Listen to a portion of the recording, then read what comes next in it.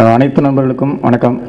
இந்த ஞாயிற்றுக்கிழமையில் உங்களை சந்திக்கிறதுல ரொம்பவே லேட்டானதே ஒழிய மற்றபடி இந்த படத்துக்கும் எதுவும் ஈவன் நாள் லேட் எதுவுமே கிடையாது. இந்த ப்ராசஸ் ரிலீஸ் ஆகிறதுக்கு தான் அந்த போஸ்ட் ப்ரொடக்ஷன் ஒர்க் பண்ணுறது. படம் ஃபுல்லாக ஒரு ரயில்வே ஸ்டேஷன், பொன்மலை, திருச்சியில் வந்து ஒரு பொன்மலைன்னு ஒரு ரயில்வே ஸ்டேஷன். அந்த களத்துக்குள்ளே படம் ஃபுல்லாக ட்ரெயின் ஒரு கேரக்டராகவே இருக்கும். அதை ஷூட் பண்ணுறதுக்கு எங்களுக்கு டைம் அதிகமானது. போஸ்ட் ப்ரொடக்ஷன் சவுண்ட் வைஸ் இது ஒர்க் பண்ணுறதுக்கு வந்து டைம் எடுத்தது. அதுதான் காரணம். மற்ற இதுக்கு முழுக்க பாண்டியராஜ் மட்டும்தான் லேட்டாகிறதுக்கு காரணம் ஒழிஞ்சு தயாரிப்பாளர் சைட்லேயோ யுவன் சைட்லேயோ வேறு ஆர்டிஸ்ட் சைட்லேயோ வேறு யாருமே கிடையாது. சும்மா இதை வந்து ஒரு மேடையில் சொல்லணும் அப்படிங்கிறது எதுவுமே கிடையாது. அதே மாதிரி Gnanavel sir, studio Gnanavel sir வந்து இந்த படம் என்ன கதை என்ன எதுவுமே அவருக்கு தெரியவே தெரியாது. இந்த மாதிரி ஒரு காம்பினேஷன் இந்த மாதிரி பண்ணுறாங்க அப்படின்ன உடனே நான் பண்ணுறேன், ராஜாங்கிறவர் போய் சொல்லியிருக்காரு, ரொம்ப நல்லா வந்துக்கிட்டு இருக்கு அப்படின்னு, கண்டிப்பாக நம்ம ரிலீஸ் பண்ணுவோம் அப்படின்னு சொன்னார். அந்த ஞானவேல் சாருக்கு நம்ம நன்றி சொல்லிக்கிறேன். ஏன்னா எதுவுமே தெரியாமல் ஒரு படத்தை வாங்குறது அப்படிங்கிறது வந்து இன்றைக்கி சினிமாவில் அது ரொம்ப கஷ்டமான ஒரு சூழல். அதை வாங்கிட்டு இருக்கிறதுல ரொம்ப சந்தோஷம்.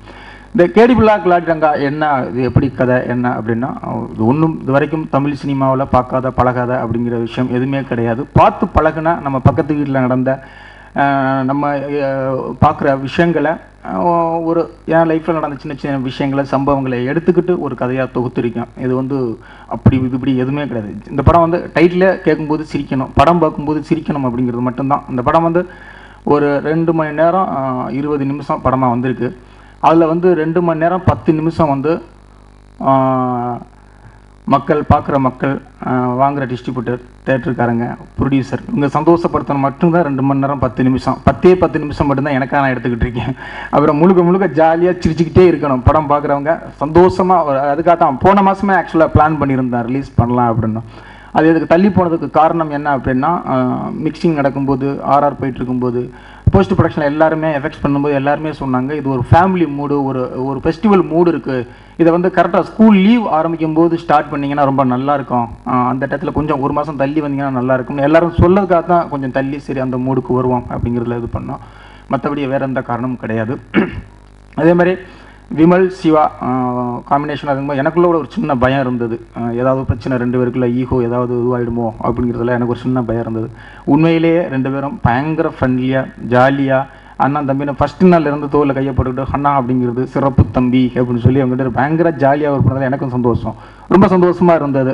ஏதாவது ஒரு சின்ன ஒரு இது இருக்கும், ஒரு காம்பினேஷனில் ஏதாவது ஒரு ப்ராப்ளம் வரும் அப்படின்னு அது இதே இல்லை கிடையாது. ஒரு கதாநாயகியை ஒரு டைரக்டர், அவர் அறிமுகப்படுத்தின டைரக்டர் சொன்னார், 2 ஹீரோயினில் அவங்கள யூஸ் பண்ணிக்கலாம், நல்லா பண்ணுறாங்க அப்படின்னு. பேசி பார்த்தா அந்த பொண்ணு ஏதோ 10th பரீட்சை இருக்குது அப்படிங்கிற மாதிரி சொன்னாங்க. செட் ஆகலை, வேறு எந்த காரணமும் கிடையாது. ஒரு கதாநாயக்காக காத்திருந்து படம் எடுக்கிறாள் நான் கிடையாது. நானே சொல்லிக்கிட்டு இருந்தேன் அந்த நியூஸை படிச்சுட்டு, விமலுக்கு ஹீரோயின் கிடைக்கலன்னா சிவகார்த்திகேயன் ஹீரோயின் ஆயிருக்கேன், சிவகார்த்திகேயனுக்கு விமலை ஹீரோயின் ஆயிருக்கேன், அப்படி எடுத்து படம் எடுப்பேனே ஒழியா யாருக்காக வெயிட் பண்ணிக்கிட்டு இருக்க மாட்டேன் அப்படின்னு. அதுதான் என்னுடைய கேரக்டர். அதுதான். மற்றபடி அவங்க தான் நடிக்கணும், இவங்க தான் நடிக்கணும். எனக்கு 2 லட்டு மாதிரி 2 பேர் கிடச்சிருக்காங்க, பிந்து மாதவியும் ரஜினாவும். உண்மையில் சூப்பராக அழகாக பண்ணியிருக்காங்க. பாப்பாங்கிற கேரக்டரில் ரஜினா அழகாக பண்ணியிருக்காங்க. மித்ரா மீனலோஷினிங்கிற கேரக்டரில் பிந்து மாதவி. இவங்க 2 பேரும் படம் பார்க்கும்போது தெரியும் இந்த கேரக்டருக்கு இவங்க 2 பேரை தவிர யாருமே இது பண்ண முடியாது அப்படிங்கணும்.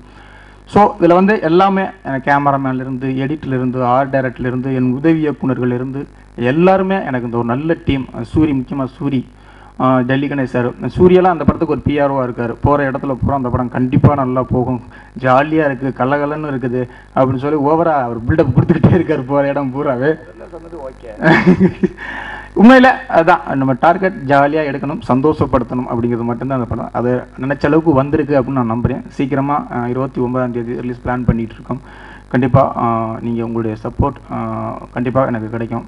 ஒவ்வொரு படத்துக்கும் எனக்கான ஒரு நல்ல அங்கீகாரம் கொடுத்து எனக்கான இதை வளர்த்துக்கிட்டு இருக்கீங்க. சீக்கிரமாக ரெடி ஆகிடுச்சு, சீக்கிரமாக வந்துடுவோம். ரொம்ப இந்த யுவன் முதற்கொண்டு என் டீம் எல்லாத்துக்கும், என் ப்ரொடியூசர் மதன் சார்லேருந்து, ஞானவேல் சார்லேருந்து, என் உதவி இயக்குநர்லேருந்து எல்லாத்துக்குமே ஆனால் ரொம்ப ஒரு நல்ல டீம் கிடச்சதுனால தான் இப்படி நல்ல ஒரு படம் பண்ண முடிஞ்சது. யுவன் சாருக்கு இந்த மேடையில் நான் சொல்லிக்கிறேன், யுவனுக்கும் எனக்கும் எந்த மனஸ்தாபம் கிடையாது. சத்தியமாக யுவன் கூட அடுத்த படம் நான் கண்டிப்பாக நாங்கள் 2 பேரும் சேர்ந்து பண்ணுறோம், அதனால் எந்த இதுவுமே கிடையாது. உண்மையில் இப்படி ஒரு டீம் எனக்கு கிடச்சது ரொம்ப சந்தோஷம். சீக்கிரமாக படம் ரிலீஸ் ஆகும். திருப்பி நான் உங்களை சந்திக்கிறேன். எப்பவும் கொடுக்குற ஆதரவு இந்த படத்தில் எனக்கு கொடுப்பீங்க அப்படிங்கிற நம்பிக்கை இருக்குது. அடுத்து யுவன் சங்கர் ராஜா அவர்களை பேச அழைக்கிறேன். வார்த்தைக்கு வந்து ரொம்ப புனிதமான நினைக்கிறேன். இன்றைக்கி இங்கே வந்திருக்க பத்திரிகையாளர் நண்பர்கள், அதாவது இன்னைய சிறப்பு விருந்தினர்கள், பத்திரிகையாளர்கள், தொலைக்காட்சி நண்பர்கள் மற்றும் இணையதள நண்பர்களுக்கு சண்டேன்னு கூட பார்க்காம இங்கே வந்ததுக்கு எல்லாத்துக்கும் என்னோடய நன்றியை தெரிவிச்சுக்கிறேன். அடுத்தது இந்த படத்தில் ஒர்க் பண்ண டீம். இவ்வளோ பெரிய படம் ஒரு படம் பண்ணிவிட்டு நான் வந்து இங்கே ஒரு சில பேர்த்துக்கு மட்டும் நன்றி சொன்னால் அது வந்து சரியாக இருக்காது. ஸோ இதில் ஒர்க் பண்ண அனைத்து டெக்னீஷியன் மற்றும் நடிகைகளுக்கு என்னோடய நன்றியை தெரிவிச்சுக்கிறேன். குறிப்பாக பாண்டியராஜ் சார். ஸோ மெரினா முடிச்சதுக்கப்புறம் என்னை வந்து கூப்பிட்டு இந்த மாதிரி ஒரு படம் இருக்குது பண்ணலான்னு சொல்லி எனக்கு வாய்ப்பு தந்ததுக்கு அவருக்கு நன்றியை தெரிவிச்சுக்கிறேன். ரெண்டாவது யுவன் சங்கர் ராஜா. அவர் நான் ஜென்ரலாக ஒரு 4 நாளைக்கு முன்னாடி இந்த பத்திரிக்கையாளர் சந்திப்பு ஃபிக்ஸ் பண்ணதுக்கப்புறம் அவருக்கு ஃபோன் பண்ணேன். பிரதர் இந்த மாதிரி ஃபங்க்ஷன் வச்சுருக்கோம், ப்ரெஸ் மீட் வச்சுருக்கோம், உங்களால் வர முடியுமான்னு. ஃபஸ்ட்டு சரின்னு சொல்லிட்டாரு. அப்புறம் திருப்பியும் எஸ்எம்எஸ் அனுப்பிச்சார். என்னைக்கு அப்படின்னு கேட்டார். இந்த மாதிரி சண்டே ஈவினிங் பிரதர் 7 o'clock அப்படின்னேன். ஃபஸ்ட்டு என்ன பிரதர் சண்டே நான் ஃபேமிலிக்காக இது பண்ணணும், கொஞ்சம் ஸ்பெண்ட் பண்ணுவேன் அப்படின்னாரு. அடுத்து ஒரு 2 secondsலேயே உடனே மெசேஜே இல்லை பிரதர் நான் கண்டிப்பாக நான் வரேன் அப்படின்ட்டு.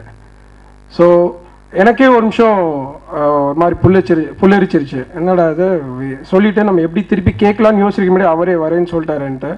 ஸோ அந்த ஞாயிற்றுக்கிழமைங்கிறது ஒரு பத்திரிகையாளர்களாக இருக்கட்டும், ஒரு சினிமா சம்மந்தப்பட்ட இருக்கிற யாராக இருக்கட்டும், அந்த ஞாயிற்றுக்கிழமைங்கிறது ரொம்ப முக்கியமான ஒரு நாள் நமக்கு. மற்ற நாள் வந்து எந்த ஒரு என்ன சொல்ல ஒரு பிரேக்கே இல்லாமல் ஷூட்டிங் போயிட்டுருக்கோம். பத்திரிகையாளருக்கு ஒரு பிரேக்கே இல்லாமல் அவங்க எல்லோரும் டைம் பார்க்காம வேலை பார்த்துட்ருப்பாங்க.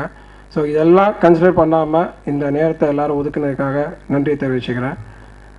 அப்புறம் விமல், சிவகார்த்தியன், சூரி, ரெஜினா, பெந்து மாதவி இவங்க எல்லாத்துக்கும் இந்த படத்தில் வந்து சிறப்பாக நடித்து இதை மாபெரும் வெற்றி படமாக கண்டிப்பாக வரும்னு வரக்கூடிய அளவுக்கு அவங்க வந்து இதில் நடித்து கொடுத்ததுக்கு ரொம்ப நன்றி தெரிவிச்சுக்கிறேன். ஸோ இதெல்லாம் முடிச்சாச்சு, படம் எடுத்தாச்சு, முடிச்சாச்சு. இப்போ அடுத்து வந்து படத்தை ரிலீஸ் பண்ணோம். ஸோ என்ன பண்ணலாம், யார் கூட பண்ணலான்னு யோசிச்சுட்டு இருக்கும்போது என்னோடய நண்பர் ராஜா வந்து இந்த மாதிரி நம்ம ஞானவேல் சார்ட்ட பேசலாம் ஸ்டுடியோ கிரீனில் அப்படின்னு சொன்னானே. நான் கூட போவே இல்லை, அவர் நேராக போய் பார்த்து இந்த மாதிரி சொல்லியிருக்காரு. அடுத்த செகண்ட் எனக்கு வந்து ஞானவேல் சார் ஃபோன் பண்ணி பிரதர் கண்டிப்பாக அந்த படம் நம்ம சேர்ந்து பண்ணலான்னு சொன்னார். அவருக்கு என்ன கதைன்னு தெரியாது, என்ன பட்ஜெட்டுன்னு தெரியாது, என்ன அவுட்புட்டுன்னு தெரியாது. ஸோ அந்தளவுக்கு இந்த ஒரு டீம் மேலே ஒரு கான்ஃபிடென்ஸ் வச்சு உடனே அவர் வந்து சரின்னு சொன்னதுக்கு அவருக்கும் நண்பர் பிரபு அவருக்கும் என்னோடய நன்றியை தெரிவிச்சுக்கிறேன். அப்புறம் கடைசியாக என்னோட ஒவ்வொரு ப்ராஜெக்ட்லேயும் என்னோட உறுதுணையாக என் கூட இருந்து அந்த ப்ராஜெக்டை எப்படி செட் பண்ணால், என்ன பட்ஜெட்டில் பண்ணால், எந்த டீமோட பண்ணால் அது வந்து பெரிய வெற்றி அடையும்ன்ட்டு எனக்கு உறுதுணையாக இருக்கிற எனது நண்பர் ஜேம்ஸ் மற்றும் ராஜா 2 பேர்த்துக்கும் என்னோடய நன்றியை தெரிவிச்சுக்கிறேன். மீண்டும் இங்கே வந்திருந்து இந்த பத்திரிகை சந்திப்பை சிறப்பாக அமைச்சு கொடுத்த அனைவருக்கும்